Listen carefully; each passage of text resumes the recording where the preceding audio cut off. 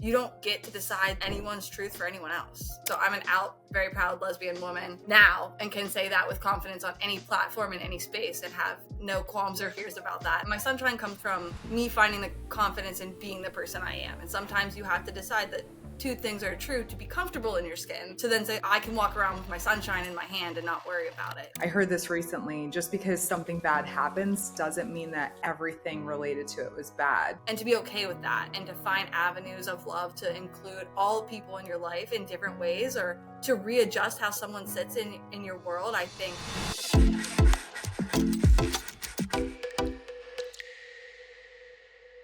Jenna Pershin, like the cat, thanks so much for being here with me on Becoming You. It's amazing to finally have you on the show after knowing you for over 5 years at this point. So thank you. Thank you for having me. Yeah, absolutely. Where to begin?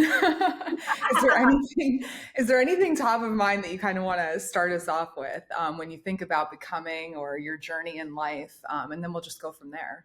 No, I think we can start wherever you want to. I think there's a lot of good and interesting places to pick to start. I mean, there's no beginning or end point to anyone's journey. So I think, you can pick any pivotal moment or thing that sticks out that happened in your life and kind of start from there if that's where you feel like where things started. But I'm happy to start wherever you want to.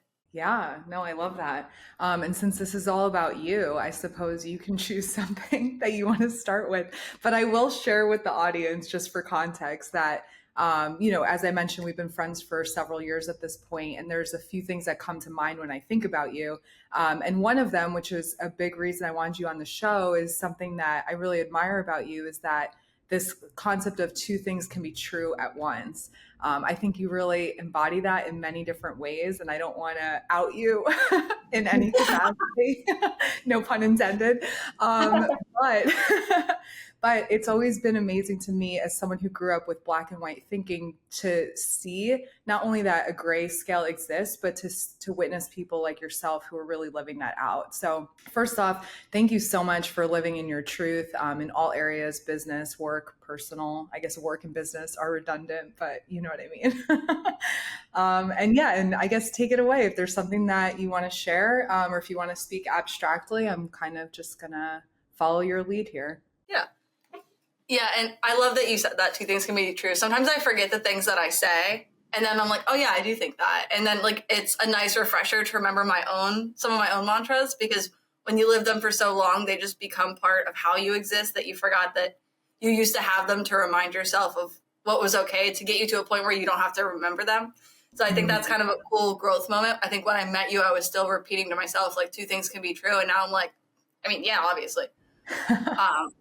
That's such a good point. Yeah. So it's cool to see my own growth, even from the time I've known you, to say I used to say that. And now it's weird to have lived in a time where I had to teach myself that was true. I think it started kind of early for me. So I'd say late teens, working through. So I'm an out, very proud lesbian woman now and can say that with confidence on any platform in any space and have no qualms or fears about that. And I'm very proud of that and love that. But it wasn't always like that. So there's stages of that, right? Figuring out, how you want or how you think you are in the world, accepting that, figuring out how to talk about it, and then figuring out how you can make choices because of other things in your life. So I'll give an example of before I came out, was regularly attending a church camp, would semi-regularly go to church. I'm a faith-based woman.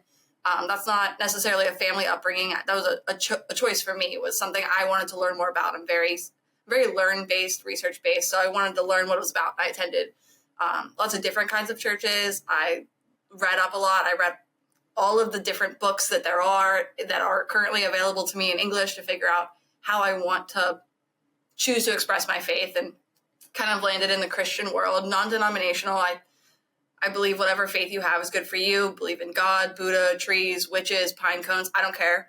But as long as whatever it is that you believe keeps you here for the next day, believe in it. Believe in it wholeheartedly. As long as it doesn't cause people harm, great. So I kind of made that choice for myself to be faith-based. And my sisters kind of joined me on that journey, and they made those choices for themselves. But I got to a point or a pivotal moment in my life where I was like, wait, I don't know about boys here, but can you be both? Can you like girls and be religious? And the overwhelming amount of things you find in social media are no. Most of my LGBTQIA friends are religion adverse. Not that it doesn't exist, but I find more often people are religion adverse than religion positive. So that was an experiential thing I found. Or, some of those books have weird pages in them. And if you didn't have that one page, it'd be fine. But because of that page, you've got bodies of religion or churches or schools of thought where, yeah, because of that page that says maybe that's not true, you can't do that. So I was trying to figure out, can I be a lesbian and can I be religious at the same time? And I went to so many Sundays at the church. So it was an hour drive. I was between 16 and 18. I would drive my sisters. We'd do church in the morning. We'd spend, 11 to 6 at the junior pastor's wife's house. And we'd have cookouts and play games and like hang out completely sober. And then we'd go to youth group from like 6 to 8. So my Sunday was 12 hours of me pestering every person I could find. Like, hey, I brought my notebook. So I have questions. I read these things. Tell me more about this. So trying to like do the research myself of, can these two things be true? And finally got to a point where I like went to like my mentors in that church and I was like, listen, I'm gay. I'm gay as shit. However, I also believe in this wholeheartedly and I'm not going anywhere. So two things for me can be true. I can be gay and I can be religious and I can be faithful and I can support all the initiatives of this establishment. And it's true for me. And you don't have to believe in my two things. But as long as the one thing that you need is me to be faith-based, I'm there. That's all you need. And I'm comfortable in my two. I don't need you to be on that journey with me, but I'm there. I'm not going anywhere. So that was the first time I kind of took a stance to say, my two things don't have to be your two things. But once I'm okay with them, then all of the weirdness kind of falls out. So I think that was like a very pivotal moment for me in my life to have done the research to say, not only like I can do these things, but to learn any two things I want, as long as I don't harm other people, can be true. And you don't need the acceptance of others to do those things. It's okay that most of my LGBTQIA friends aren't religious. Doesn't bother me, but I am. And if it bothers them that I am, fine, don't tell me. Like, who you pray to, who you love, and who you sleep with are none of my business. And if you want to talk about it, great. But if you don't, I'm okay. Yeah, yeah. Did you ever experience any sort of internal conflict or turmoil where where it felt like two parts of yourself were kind of at war with one another? Or was it always just an external kind of experience and you never were at odds with yourself? Oh, 100%. I think all of the external expression of that came from internal questions. I had no examples of it in my life. I, at that time, didn't know any queer women.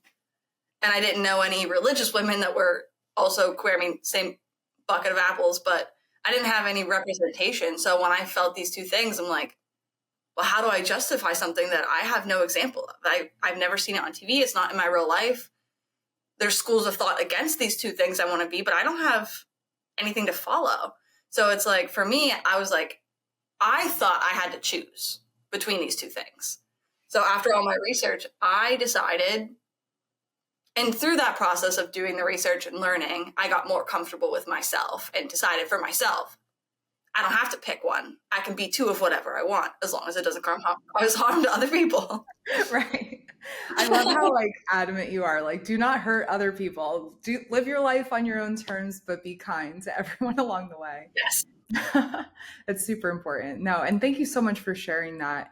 Like you said, I mean, that was maybe a drum you were beating, so to speak, back when we first met, but it did stick with me. So I don't mean to have you completely regress in any way.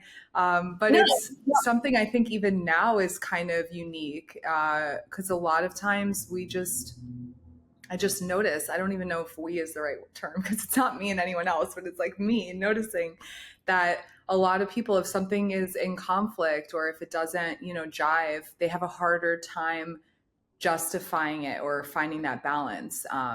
And I appreciate that you did work through that, even though it was all coming from within and you were kind of like lacking in examples, but you stuck with it to find your truth and to still be open-minded on both sides, which, like you're saying, I mean, even within the gay community or LGBTQ plus, like they may not be as open to religion the same way that the religious community is not as open to the queer community. So there's a very interesting similarity in these polarizing views, and you're just walking right down the middle. You know, the more the merrier, like get on board. Right. But, and yeah, I think it was an important part because it taught me like how to find my sunshine. And my sunshine comes from me finding the confidence in being the person I am. And sometimes you have to decide that two things are true to be comfortable in your skin, to then say, okay, I can walk around with my sunshine in my hand and not worry about it. And that's trickled through different parts of my life. And just because you now know how to access your sunshine doesn't mean every choice for the rest of your life is easy, right? There are times where you have to restart. So, you know, out, proud, lesbian, go to college, out, everybody knows, get my degree, go to work. I'm not telling anybody. I'm an admin, like I'm in a class of humans that came in. They don't need to know. I didn't tell anyone. And then as you start to find out more about your peers' lives, and they're talking about like my girlfriend, my boyfriend, my this, my that. Thank God I was single at the time and didn't have to exactly start with that conversation on day one. But I didn't tell people at work. My manager didn't know. My best friends at work didn't know. And I didn't think they needed to. But I didn't realize how restrictive that was. And how if you're showing up as not your full self, if you show up without your sunshine, you don't realize how much that drags you back, because you can't step into a room with your sunshine in your hand and just be you. You're thinking like, what pronouns do I use? What adjectives am I using? What nouns am I using? And then that is so at the forefront of your brain that you can't use the rest of your brain for anything. And I lived like that for over a year and a half at work. No one knew. And I didn't find the need to tell anyone. And very slowly, I think I told two friends at work, and I was like, if you tell anyone, coming for you. But then I found another junior manager who, same floor. I mean, the floors in Philly are big, right? Other side, never really spoke to her and got on a project. And she opens up this 20-person in-person meeting. She's like, my name's Jenna Kane. I'm an out proud lesbian woman. My wife's name is Brittany. I'm like, you can do that? Like, I'd never seen it. And at this point, I'd seen the L word. Now I know that lesbians exist in the world, but I'd never seen one like at work. Like, wait, this is interesting. I want to be on every project you ever have for the next year and a half. So I like stuck myself to her so hard. And after, a couple projects, 6 months in, she's like, Jenna. And her name was also Jenna, which was funny because we're like on the floor, we're both named Jenna. And she's like, Jenna, do you need to like grab a drink or something? Are you good? And I was like, what do you mean? She's like, well, I'm just noticing some general parts of your personality. In fact, that you have been for free on the side of your desk doing all of these projects for me. Do you like maybe you talk to somebody about something? I was like, no, I have no idea what you're talking about. She's like, well, I just want to let you know. I have 2 tickets or 2 passes from Cigna for an LGBTQIA leadership conference in New York in 2 weeks. And I'm the only one currently going, and there's another spot. Wow. But if you'd want to go, you would have to have manager approval. I was like, I have to come out to my boss. And she's like, yeah, you would have to do that. She's like, I can go with you. And I was like, wait, did I just come out to you? And she's like, yeah, you've been out to me, sweetheart. I know. But that's neither here nor there. I can help you write something if you want me to be with you in the room, if you're uncomfortable. And I was like, no, I guess if I'm going to do it, I'm going to do it. I want to go to the thing. And the thing is really cool. So I guess, I'm going to do it. And she actually sat in the cubicle outside waiting for me to come out to make sure I was okay afterwards. And I was like, oh, it was fantastic. He was excited about the opportunity, excited that, you were going with me to like teach me like how I've never been to a conference, like showing me the ropes. And it went shockingly easy. It was quick and he didn't seem to care. And she's like, he's a good guy. He wasn't going to care, but you can now every day at work show up as you.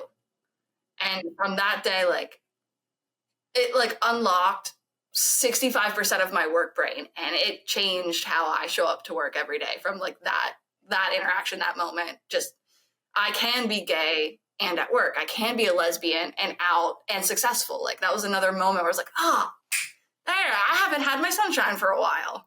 Right. Wow, that is amazing. And you always strike me as someone who carries their sunshine with them wherever they go.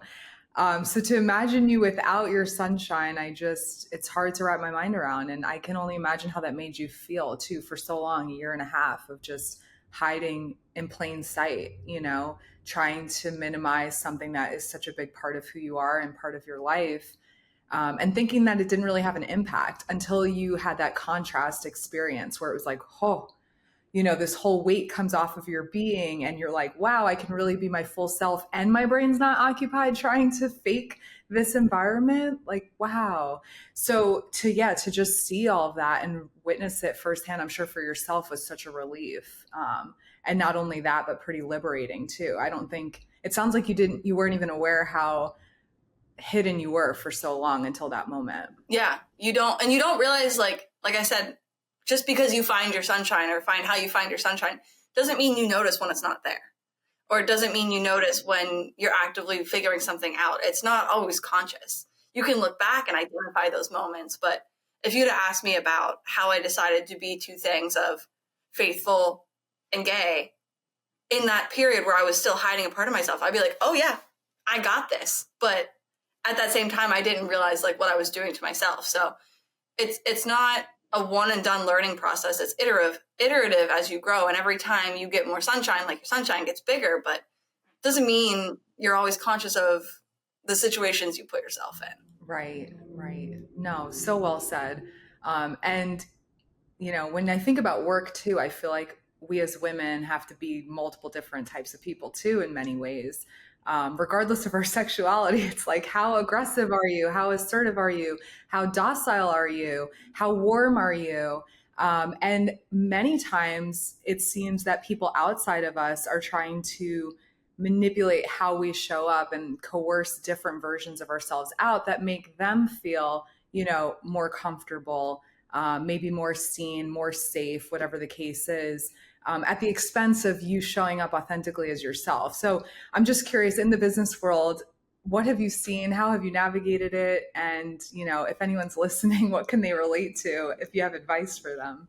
Yeah, that's a fantastic question. And every business has it, right? Or most businesses have at least one session a year of inclusion or open communication. But you go and, they're optional, and 90% of the people in the room will be women and 10% will be men.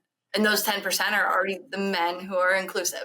So optional trainings, you're missing the point. Mandatory trainings, you're missing the point. I think it really comes through that partnership and being women, and especially that partnership you can find with men who are willing to empower their female coworkers. And there's little ways you can do that. At the beginning of any project, team, initiative, someone will close a call and say, thanks, guys. And afterwards, I'll call that person and say, I'm not a guy. I just, first, it's very easy. I'm like, I'm not a guy. Don't say thanks, guys. Pick a different noun. There was all women on that call. You said thanks, guys. Not cool. So like such a small thing. And then they change it to friends or all or team, and instantly more inclusive. Even without consciously doing it, you don't realize you say guys. If you delete that word from your vocabulary, you instantly become more inclusive, even to open and close a call. Yeah, it's such a good point. And growing up in Jersey, we say you guys all the time. So even for me, it's not something I'm consciously keyed into. But to your point, if someone brings it up to you as an area of concern or something that rubs them the wrong way, it's an opportunity to just slightly adjust. I mean, what's so hard about switching guys to friends or all? It's just one word. But it can make such a huge difference too for the people that are hearing the words, coming from our mouths. And it's funny because I've learned that lesson over and over. I'll probably continue to learn it, but regardless of my intentions, I can't control other people's perceptions. So I always try to keep that in mind because they may perceive me in their own unique way through the lens of their lived experience. And that may have nothing to do with how I intended to come across. And yet it has everything to do with how they experienced me in that moment. And as someone who does care about how I affect people, I do try to be mindful of that when I become aware of situations, which Yeah. again, not always aware, but trying. Yeah. And, that happens in all instances. So I am opposed to, guys on calls. So I use friends, I use family a lot. Work fam, good morning family. And usually that gets pretty good response. It's a good in. Not usually the first time I meet an executive director, right? But for our working teams and, weekly standing meetings, I can get to like, hey, family, happy Tuesday. And only ever one time in the last maybe 5 years, I had a coworker call and say, it makes me uncomfortable when you call me family. My job and my family are separate. So if you could separate that, and then I was like, friends for life, perfect. And he's like, I'm here for friends. So even when you're intentionally trying to respect one set of beliefs, you could, you never know, like exactly the way you said it. You don't never know how someone's going to show up and receive you. So there's always room to improve and change the way you do things. But language is interesting, and I think if you want to go like a step deeper on, feminism in the workplace, one of the best tips I've ever been given and ever seen is empower the people around you to reiterate the original thought of a woman. So I see it every day in a meeting. A woman or a leader or any female or female identifying human will say, I think we should order red apples. And then there will be discussion, and then a man will say, or male identifying person will say, I think we should order red apples. And everyone's like, oh, Craig, that's a great idea. So you have that opportunity to step in and be like, hey, Craig, that's a great idea that Amanda mentioned earlier. I think we go from that idea that she had and we can iterate on it. So you still say, hey, I recognize that you spoke on that original idea that wasn't yours. So you give that power back to the woman next to you.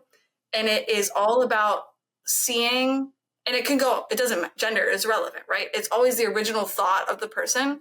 If it's being reiterated by someone whose voice is louder, whose presence is bigger, whose leadership is higher, you can acknowledge that they said words. But if you bring it back to the person who thought the thought, you're giving the power back to the original thinker. And I've employed it. I've put it in a bunch of my friends and teammates, male and female, it doesn't matter. But it shuts down the talking over you, because you do it one or two times and then that person stops doing that because they don't want them to have their name associated to, you just reiterated what they said. But you do it with grace and kindness. But it really changes. And you have to, make that commitment to others that you're going to show up and be in their corner, no matter who they are, that the original thought is what gets to prevail.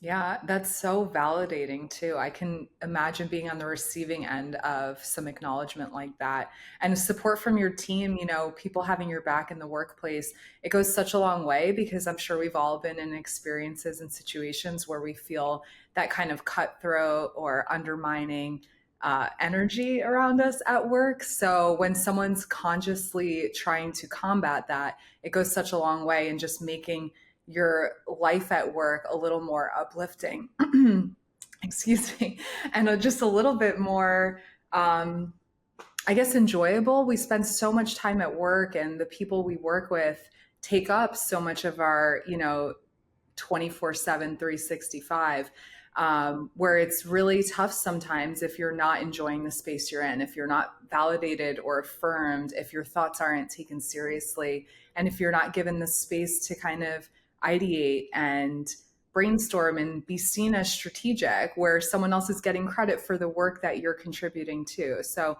such a good example, Jenna. Thank you so much for sharing how we can show up better for the folks at the table next to us, regardless of gender. It should be who said the idea first. Give them the credit. Yeah.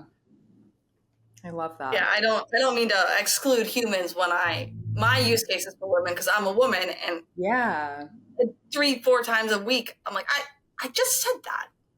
Yeah. That was not their idea. So for me, it comes across as men talking over women, but I'm not saying women don't talk over men. Just in my experience, that's how that happens in my world.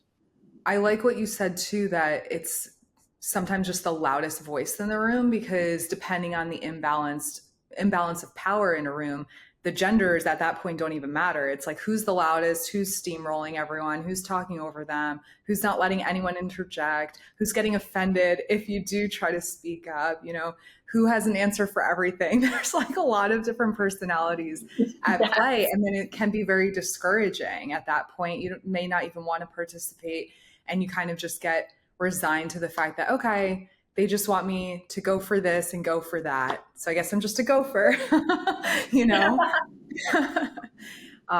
which again is not really the best work environment to be in, but we all make our different situations work for different reasons at different times. But I always just try to be mindful of these different things. And if and when I have the opportunity, how can I show up differently, knowing what I know now. So that's really, really good. Sorry. I'm like, Jenna, what else do you want to talk about? Let's see. We talked about, kind of learning how to find your sunshine, how sometimes even if when it's there that, you have to lean into the continued growth of it. I think, and so for me, it's sunshine, right? But yours might be something else. I don't know what's in your pocket. Some people are moonlight. Some people are whatever your thing is, right? Courage, intelligence, and analysis, loyalty, whatever your thing is, it's your thing. Mine is sunshine. And then the evolution to trusting your thing. So one of the most important things I ever did in my career, which was a complete whim, the people around me were like, I don't know if I would do that. But I was, in an underwriting job. I'd been doing it for years. Underwriting is very rules-based. It's very audited. It's very intelligence-driven, but it's boring.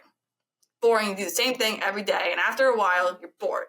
So I listened to a woman in a women's conference at my company say, I'm going to change the world.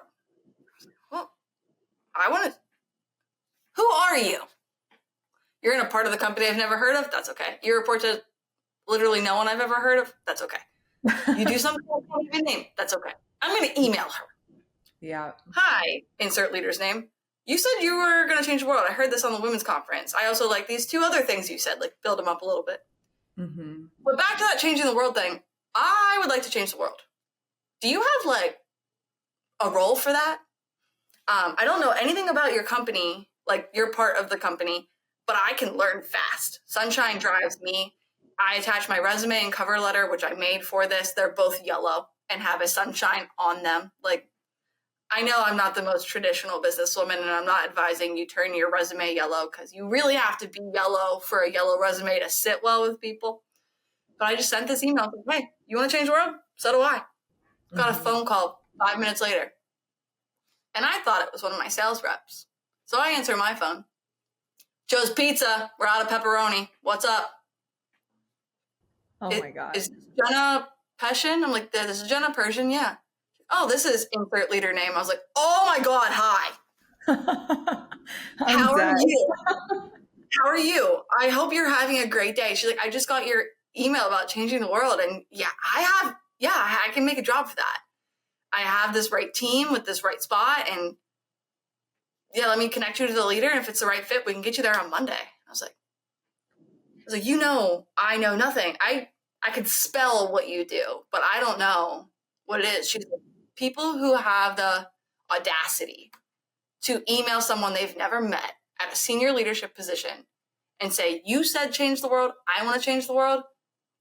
I want people like you in my world. So if you're serious, like let's get this thing going. And that sunshine email I sent got me moved from a very great underwriting experience to, kind of slingshot into this new world of this new fast-paced thing. And it changed the trajectory of my career because I sent an email to a woman I didn't know and said, you said a thing, I want to do the thing.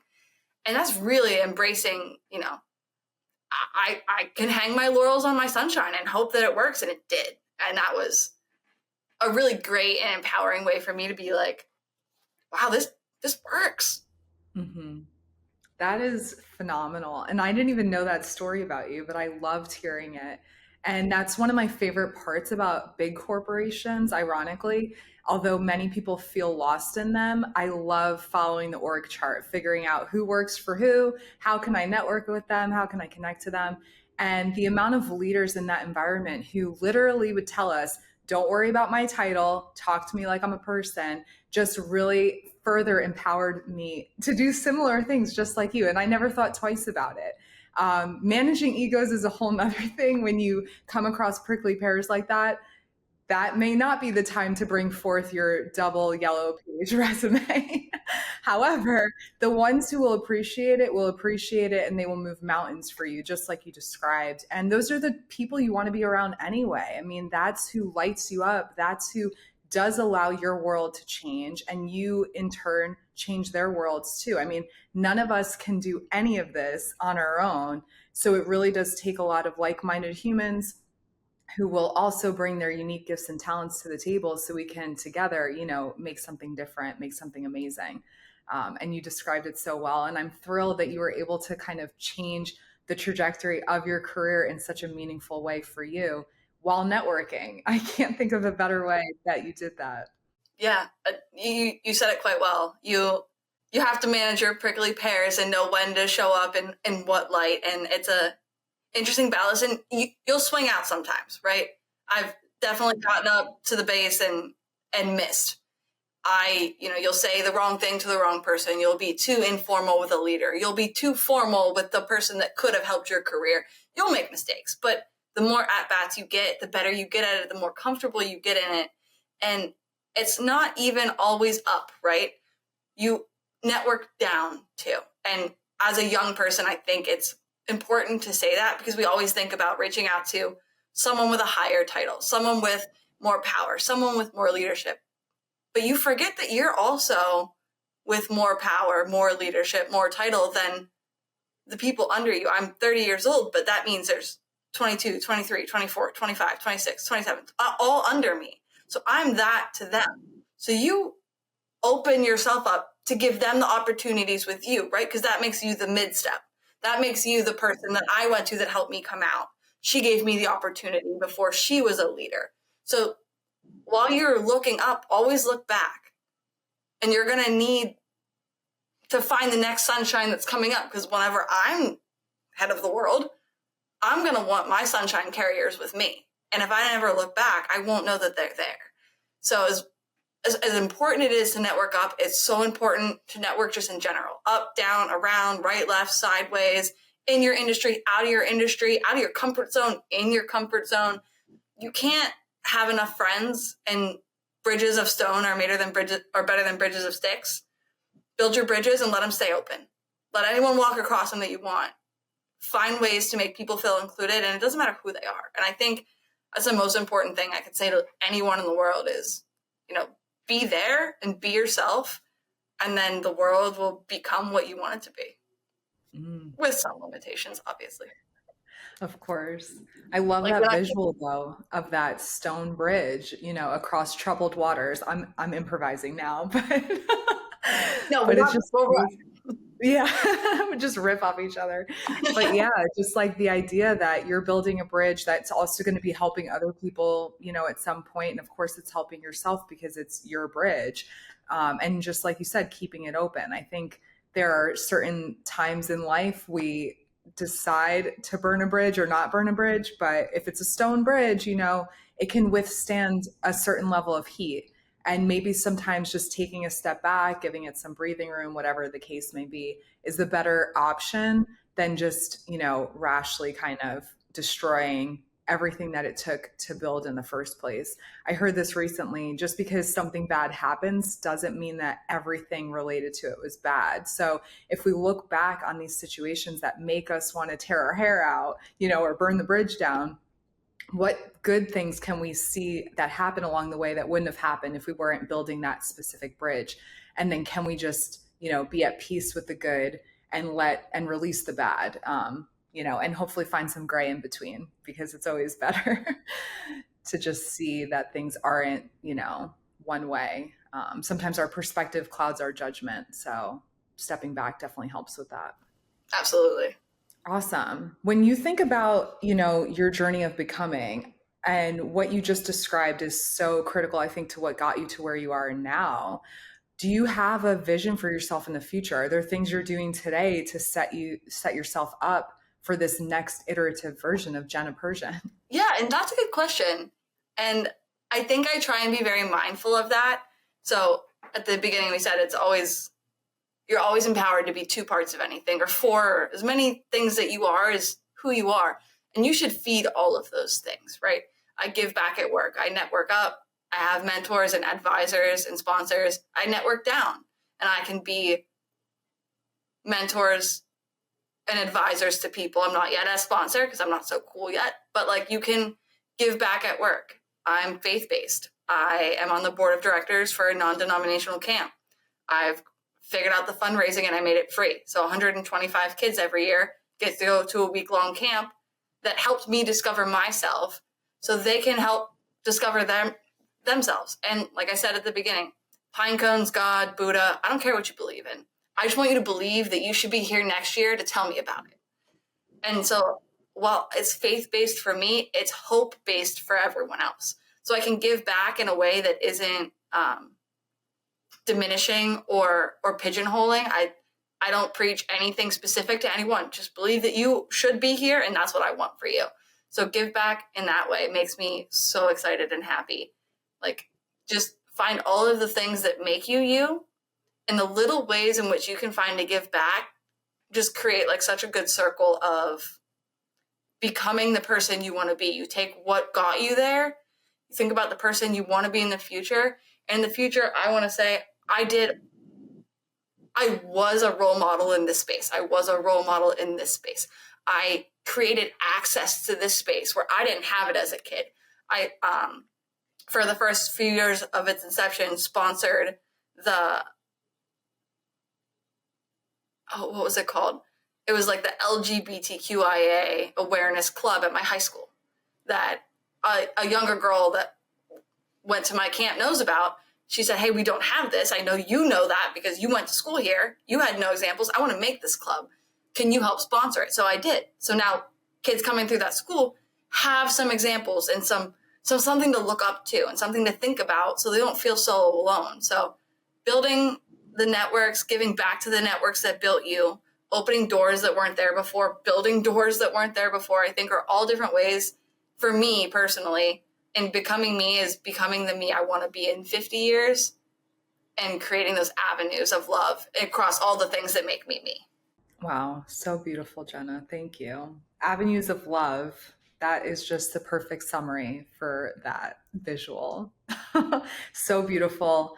And I know that you'll be able to achieve all of those things based on how you've already shown up in life thus far. I feel like you've done all of that on the scale you just described. So it can only get bigger from here, which is really remarkable, so inspiring, and very hope-filled, like you said. You've given me a lot of hope, so I always appreciate that too.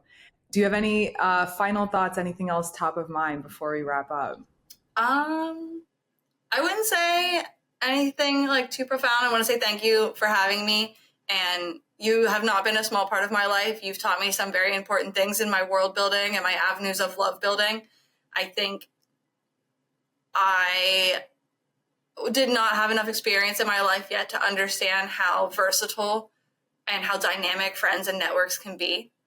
And understanding that just because you decide or you think a person or a representative in your life is going to be in one direction, if that's not right, that doesn't mean those people can't be rehomed in your heart or rehomed in your world. And to hold the space for everyone to have the right thing they need in their world. And you gave me a really good, grounding and lesson in that you don't get to decide anyone's truth for anyone else.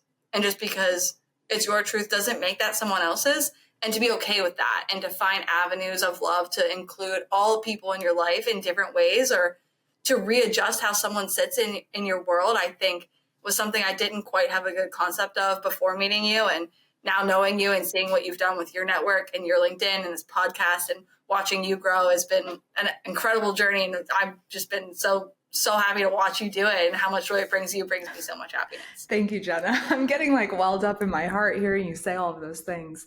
The rehoming of friends and the people that come into our life.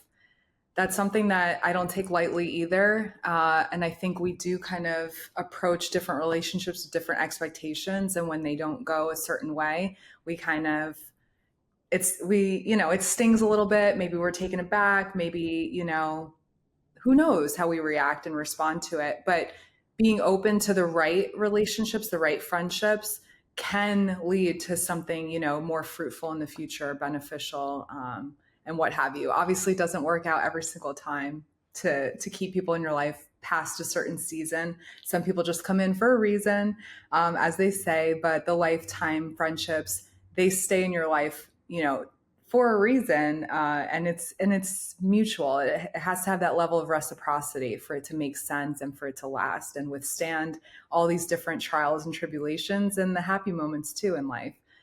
So thank you for affirming all of that, and I'm glad I was able to help on your journey. I'm excited to see how our collective journeys, continue marching forward.